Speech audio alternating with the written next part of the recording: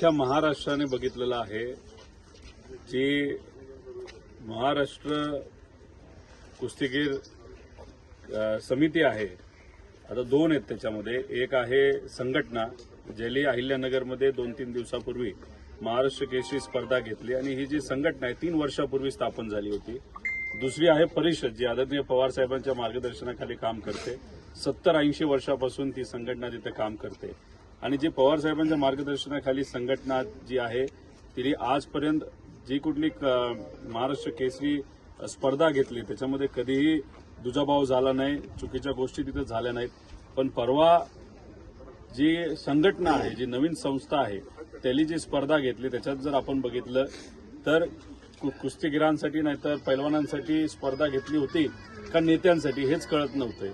कारण का जिथं ती स्पर्धा घेतली जात होती त्याच्या अवतीभोवती आपण बघितले तर फक्त नेते बसले होते आणि जे माजी महाराष्ट्र केसरी होते त्यांना बसण्याची सुद्धा व्यवस्था नव्हते, त्यांचा सत्कार मान सन्मान तिथे केला गेला नाही, असा कुठेतरी दुजाभाव घेतला गेला आणि जो काही निकाल लागला तो अख्ख्या महाराष्ट्राने बघितला। लहान मुलाला सुद्धा विचारलं तर ते सांगतील की अन्याय काय तिथं पैलवानांवर झालेला आहे।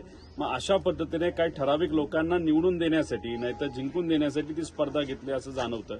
आम्ही कर्जत जामखेडकरांच्या वतीने तिथं विनंती केली परिषदेला की मार्च अखेरपर्यंत तुम्हाला परत एकदा महाराष्ट्र केसरी स्पर्धा घ्यायची असेल तर कर्जत जामखेडकर हे तयार आहेत। ती विनंती आम्ही त्यांना केलेली आहे। उद्या काही त्यांचे जे मान्यवर आहेत, काही माजी महाराष्ट्र केसरी आहेत, काही पैलवान आहेत, काही तिथं पैलवानांना शिकवणारे काही प्रमुख लोक आहेत, ते तिथं भेटण्यासाठी येतात। ते आल्यानंतर आम्ही त्यांच्याशी चर्चा करून पुढे कसं जायचं हे आम्ही त्या ठिकाणी बघणार आहोत।